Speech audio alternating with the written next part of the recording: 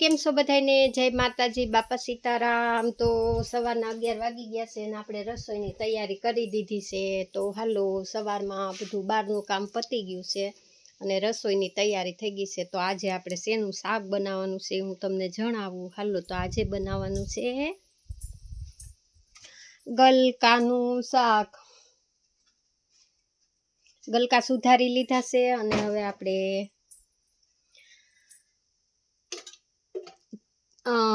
શાક બનાવવાની તૈયારી કરી નાખી છે। અને આ છે ઘરનું સિંગ તેલ અમારે। તો સિંગ તેલમાં ગલકાનું શાક બનાવવાનું છે। ગલકાનું શાક દહીંમાં પણ બને છે અને સાદું પણ બને છે। તો જો ઘરનું સિંગ તેલ છે,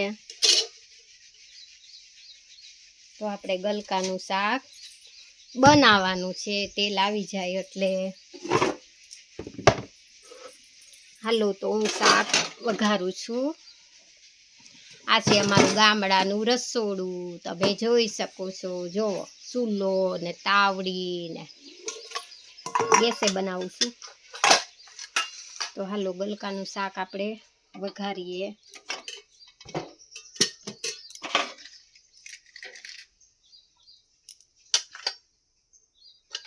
તો ગલકાના શાકમાં અમે રાઈ નથી નાખતા, જીરુંથી જ વઘારીએ છીએ।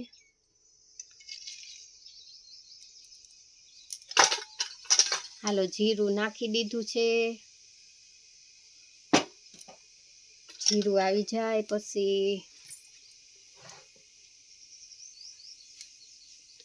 જો તેલ આવી ગયું છે, જીરું પણ સરસનું કકડી ગયું છે। અને હવે નાખવાની છે હિંગ। તો હિંગ નાખી દીધી છે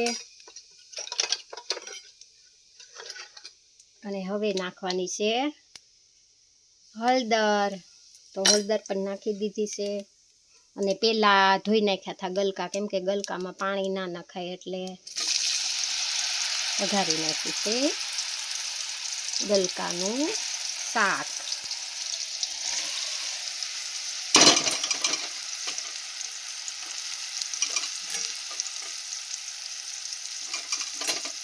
આ છે ગામડાની રસોઈ। હાલો, ગલકાનું હવે નાખવાનું છે મીઠું।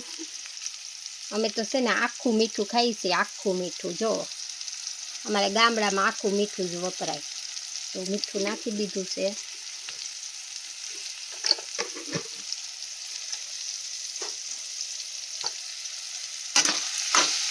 હાલો, વઘાર આપી દીધો છે ગલકાના શાકમાં સરસનો, અને ઘરના સિંગ તેલમાં બનાવેલું છે, તમે જોઈ શકો છો।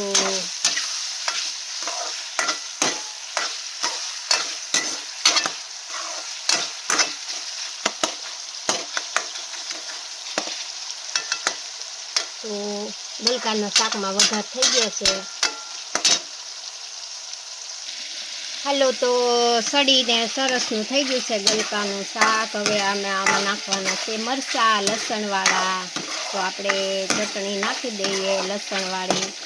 એકદમ સરસનું થઈ ગયું, કેમ કે ગલકા કૂણા હોય ને એટલે એકદમ ગળી જાય અને વાડીના ગલકા। તો ચટણી નાખી દઈએ છીએ, લસણવાળી છે, લસણવાળી। અમે લોકો લસણવાળી ચટણી ખાઈએ।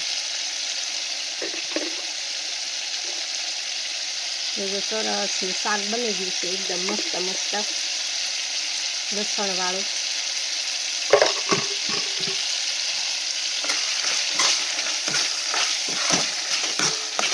આ છે ગલકાનું શાક, એકદમ સરસનું ગલકાનું શાક બની ગયું છે। લસણવાળી ચટણી નાખી દીધી છે, એકદમ મસ્ત મસ્ત બની ગયું છે। ગલકાનું શાક કોને કોને ભાવે છે જરા કોમેન્ટ કરજો।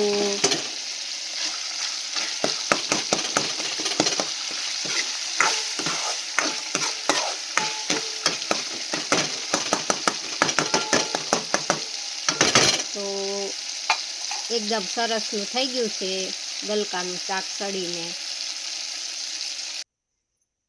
તો હાલો ફેમિલી, ગલકાનું શાક સરસનું બની ગયું છે અને મસ્ત બની ગયું છે. તમે જોઈ શકો છો, જો સરસનું ગલકાનું શાક બનાવી નાખ્યું છે. તો બધાને જાજા કરીને જય માતાજી, બાપા સીતારામ. વિડીયો ગમે તો લાઈક કોમેન્ટ કરજો. આજે મેં રસોઈનો ખાલી પહેલો બ્લોગ બનાવ્યો છે.